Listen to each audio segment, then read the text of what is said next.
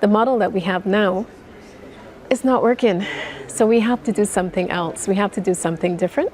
And we're trying to do that with all the players. So I'm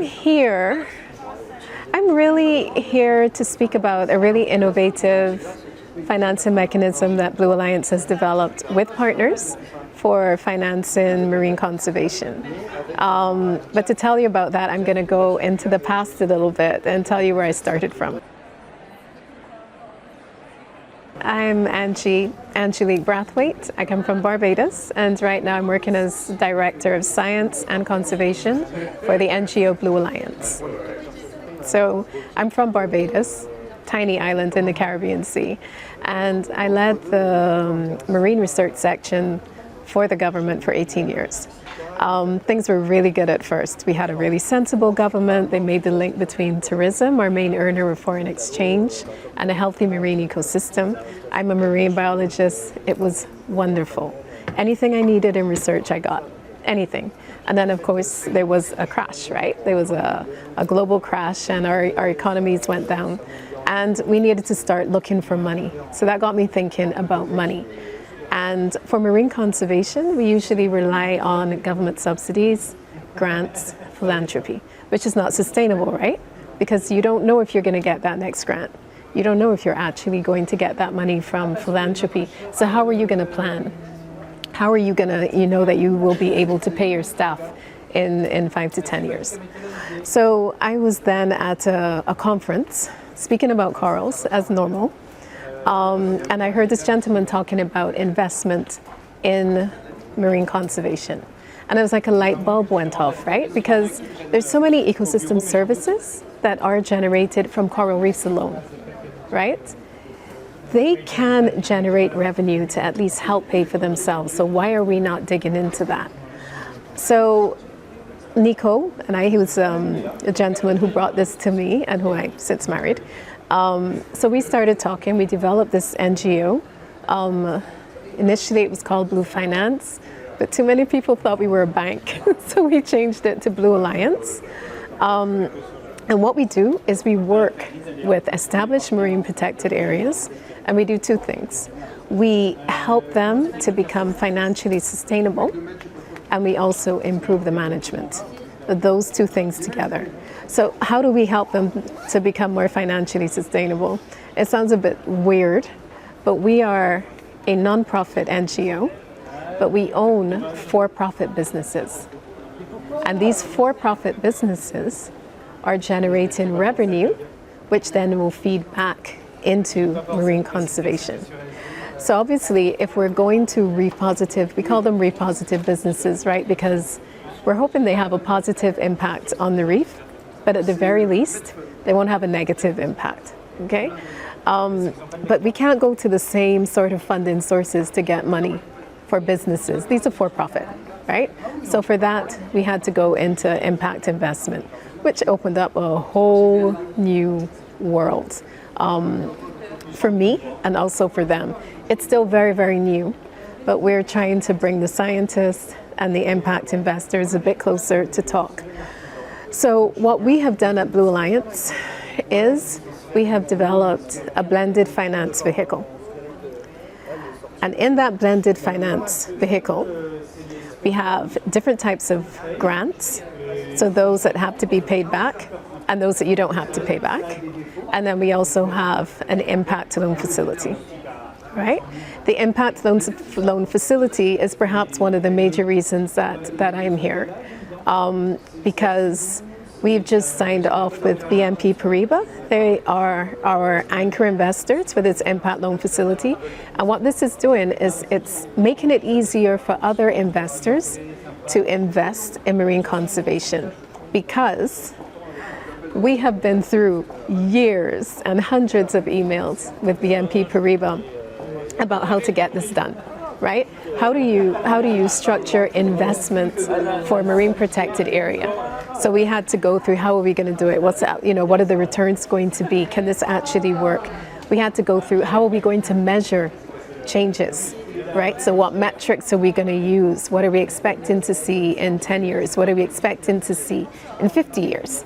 And I have to say, because at the beginning, Okay, I'm a scientist, right? At the beginning, honestly, I wasn't quite sure about even the impact investors. I know I'm singing their praises now, but honestly, in the very, very first, I was like, I don't know how reliable they are.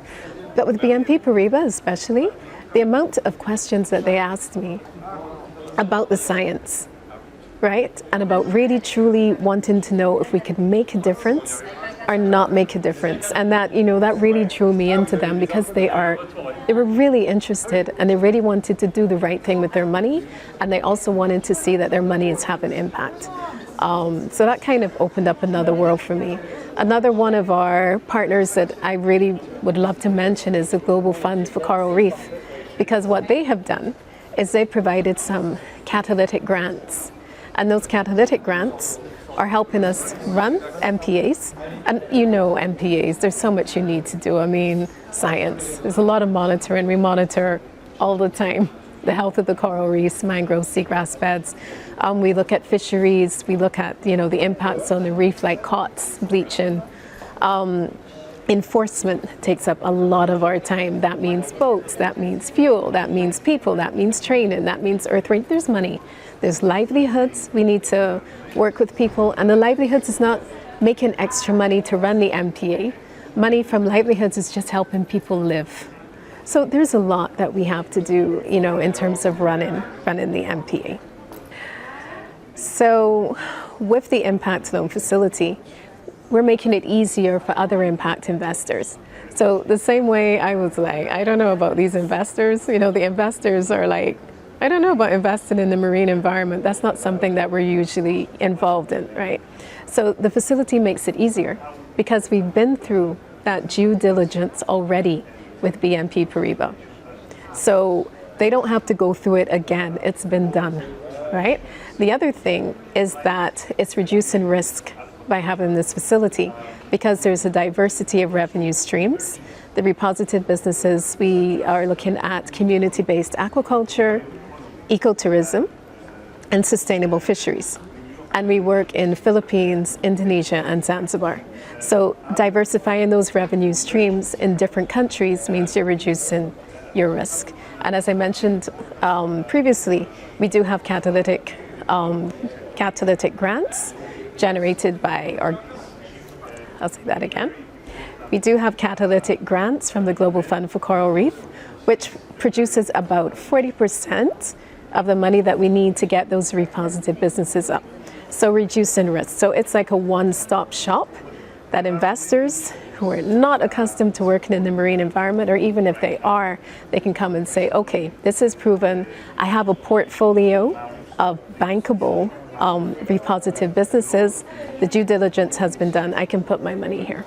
So I would say that is the primary reason that I'm here. Nice.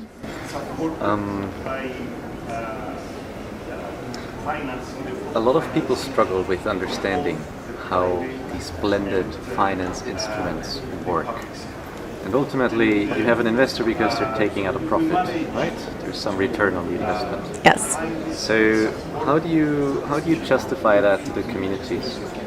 How do you justify to them say, yeah, well, we're doing sustainable agriculture, but then some of the proceeds are going to a French bank?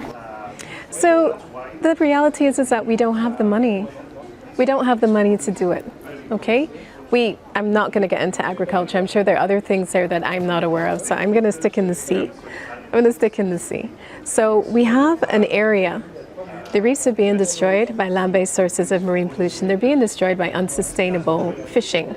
They're being destroyed by boats dropping their anchor on the reef, and then ultimately they're being destroyed by global climate change. And we need to do something to change that, right? Are you going to be doing it? In many cases, no.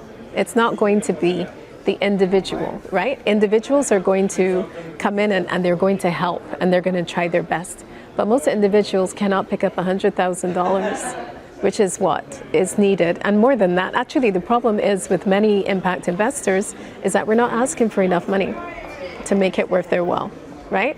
But most communities, most people don't have $100,000 to fork out and to say, okay, I am going to do this, okay?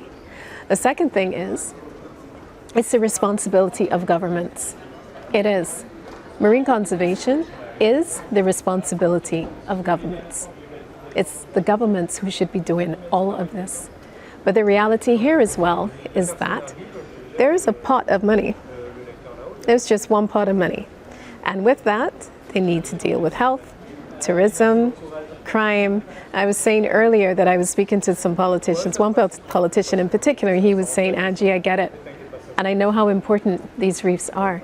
But at the end of the day, I have X amount of money. And if you are telling me to protect this reef or deal with health, it's going to go to health.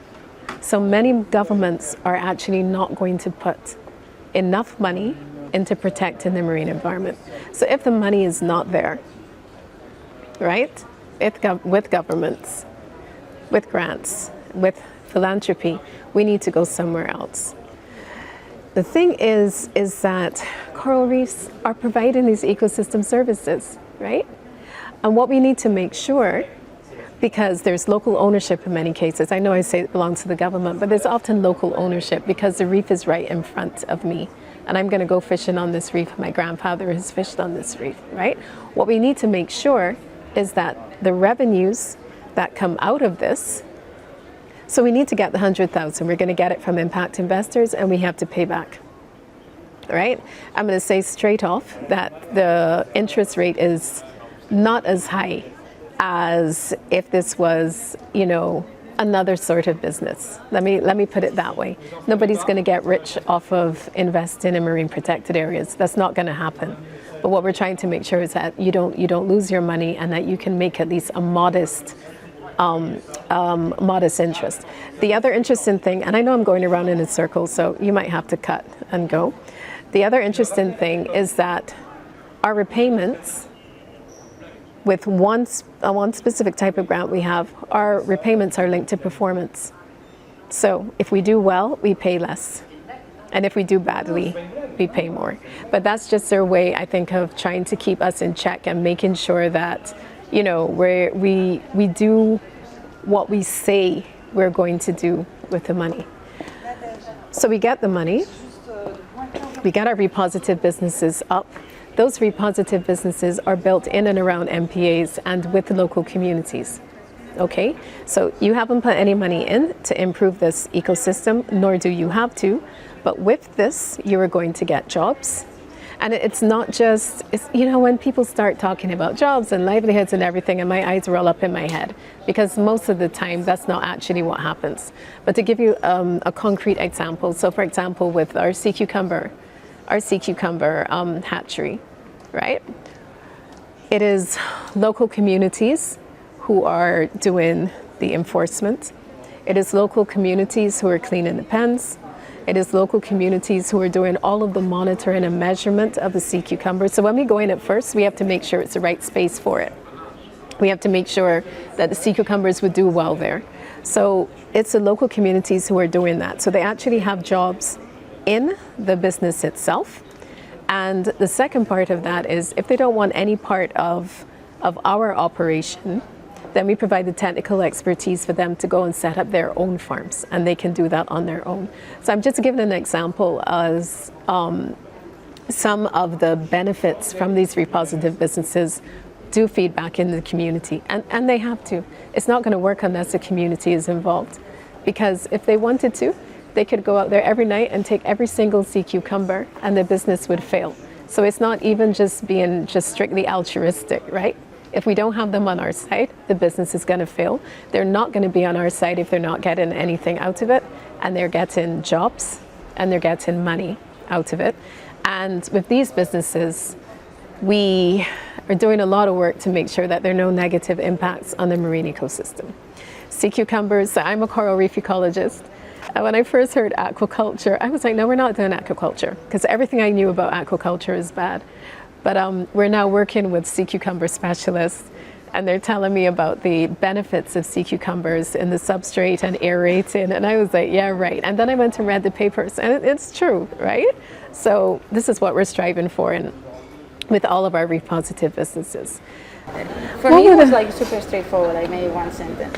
But what you have for you? Well, generally about the bottlenecks and what governance are missing why are there not more opportunities like that? You know? Yeah. Why are they not even facilitating in many instances that opportunities, business cases like the one that you're driving forward is more common?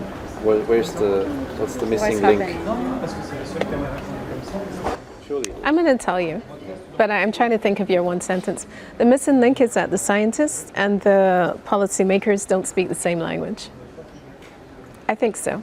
Not only the scientists, the economists, and the policymakers, and we need to have those three, and they're speaking different languages. I can be very honest here. I mean, a lot of the things that I'm hearing in here, I'm like, what on earth are they talking about, right? Because they're investment people. When I get on to talking about, different things in coral reef ecosystems, I know there are going to be people in the room who are like, what is she talking about? And then there's a policymaker who's dealing with 1,000,001 different things, and they're like, what are the two of them talking about? So forums like this, I think, are so important for communication and to try and get everyone on the same page, speaking the same language. It's like speaking different languages, right? My husband is French and his English is, he's fluent, but then sometimes we don't get the nuance. So he will say something and I'm like, what did you say? But it didn't have that nuance. The nuance, for me is not for him. And I feel like it's the same thing with politicians talking to scientists, talking to investors. And we need people who can like jewel in all these arenas. And that's something that we still don't have. The one sentence for governments. I think the one sentence for governments is to just open. I'm going to talk it through and then I'll pull a sentence out of it, right? Governments are not nimble. And they can't be because it's this huge, monstrous apparatus that has to deal with so many different people and so many different things. So they're not nimble and they're set in their ways because they've been doing it this way for centuries, right? But governments have to accept that things are changing and they need to broaden their horizons. They need to open their collective minds and appreciate new opportunities and look outside of that proverbial square box to find solutions. So I think that governments would benefit from opening their minds to new experiences, to new solutions, to new partnerships, and to new strategies. And then the same exercise, the last one, for local communities. At the end, an MPA is very related with the community. Yeah. And a lot of things happen and they are not aware of all the investments and all the things that we're talking here. Yeah. But they are the ones sometimes even suffering from maybe the lack of fish, or sometimes there is strict protection that they maybe don't understand. So what will be your message for local communities and youth? I'm going to talk it through again and then try and pull a sentence. Yes, sure. Try and pull a sentence out of it. So with marine protected areas cannot work. They absolutely cannot work without communities. That is a given. Communities have to be involved. And for that, it's really good if communities understand why we're doing what we are doing. Okay? That is a lot of public awareness. That is a lot of education, and we're doing it. We're using theater, we're using drama, we're using dance, we're using music to try to bring to local communities where they are why it's important to protect the marine environment. They know. I can't think of any community that we have interacted with that has not seen the impacts of what is happening. When I say what they're doing, I mean it's not fishers only. It's divers. It's land-based sources of marine pollution. It's a lot. It's just that one of the ones that is closest is the fishing, right? And you can just graphically see all these negative images of unsustainable fishing. And one of our sites, we have a huge issue with dynamite fishing And I mean, on one hand, you understand why they're doing it, right? You understand why. Fishing is hard. It is hard. It's very, very difficult. So if you have the option of tossing a stick of dynamite and scooping up the fish, even though you know it's hurting the reef, a lot of people, unfortunately, are still doing it, okay? So I think communities, in many cases, know the problem, know the issues, but poverty is a real issue as well, right? So if it's in between catching this undersized fish and feeding my family, I would go and feed my family as well. So we have to educate so that the communities understand why we're doing what we're doing. There's a big push in marine protected areas to make them no fishing, right? And while I accept that ecologically, that is the best way to go. It is. Have some areas that there's absolutely no fishing. Socially, that is a huge issue. So the decision that we have taken at Blue Alliance is okay. Very, very few no fishing areas. But we are going to try to improve fishing practices in the entire MPA and out in the OECM. So we don't only enforce within the MPA now, we actually go out into the OECM as well. And then we're also saying, okay, fishers, you've already invested in your illegal fish traps. You have already invested in dynamite. You've already invested in unsustainable ways of fishing. So we do gear swaps. And none of this is new. None of this is new, but we're just trying to meet people where they are. So we gear swap with the spearfishers. We gear swap with the trap fishers. And with the traps, we use bamboo. We use bamboo traps with a larger mess size so the smaller fish can come out. So we're I don't know, I guess we're using a carrot and a stick because we don't want you to stop fishing. We all eat fish, we all love fish. We just need for it to be sustainable. And they want it to be sustainable as well because they want their kids to fish. They want their kids to be able to have this excellent protein source as well. So there we go. For the second time, I've lost the plot. We're talking through. So I need one sentence for communities. And especially youth. And especially youth. Can I give you one for communities and one for youth? Yes. I think the sentence for communities is that we absolutely need you. We cannot do this without you, but we need for you to understand why we are taking the measures that we are taking, and we are talking to you to find out how we can find solutions that benefit you ultimately. Long sentence. Is that a long sentence? It's a long sentence. Do you want a shorter one? It's fine. No, it's really good. No, it's good. Maybe help us help you? No, it's good. No, that's kind of corny. Yeah, I think it came out. It came Okay. out good. It's good. Also, the way you built up the entire example was good. It ultimately drove Okay. home the point very well.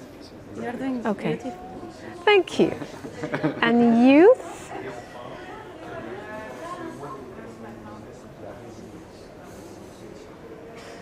Youth, it's your planet. Do what you have to do. That's it. Okay. That's it. I think because we're trying to save the planet, but ultimately we're going to be dead and gone in a few years. Right? So when people tell kids you're too young and you don't know, I'm going to give you some words. But when people tell kids that, in some cases it's true, but in other cases, that passion, that vibrancy, that enthusiasm, because life hasn't kicked that out of you yet. Like when I'm just having a conversation with you. When I started, I was so passionate. I was so enthusiastic. I was working all the time on Saturdays and Sundays. I didn't care about hours because this is what I wanted to do, right? And that's how you start. And then, with every door that closes and every time you're told no and, you're really trying to work your way around problems and eventually it gets to you. So I would say finally at the ripe old age of maybe about 50, I realized I felt tired. My passion was diminishing and decreasing. And I actually exited stage left because I felt that my country deserved to have someone in the position I was in that would give them more and that was still passionate, right? And you know, a younger guy came in and he's absolutely fabulous. And what I find is when I speak to the youth, I refine that passion. Maybe I don't refine all of the energy, but I definitely refine that passion, and I remember what it was like, and I remember how I wanted to change the world before I felt it's impossible. It will never happen. I remember that joy, and I think, you know, that the youth are so important for that. So you know what, the old heads would go and they're going to talk and they're going to do what they need to do, and they're going to do policy and they're going to do it the right way, and they're going to do all of that, and that's all fine. But at the end of the day, the world is yours. This is what you are going to inherit. So you need to do what you need to do. You need to learn about it. So don't make uninformed decisions, right? Learn. But with that freshness and passion and energy of youth, you could be awesome. You can save your planet. You can pick something out of that. No, Or really everything. strong. Yeah, Okay. that's great. It's really nice. Anything you'd like to add in general? No, thank you. I had fun. Oh,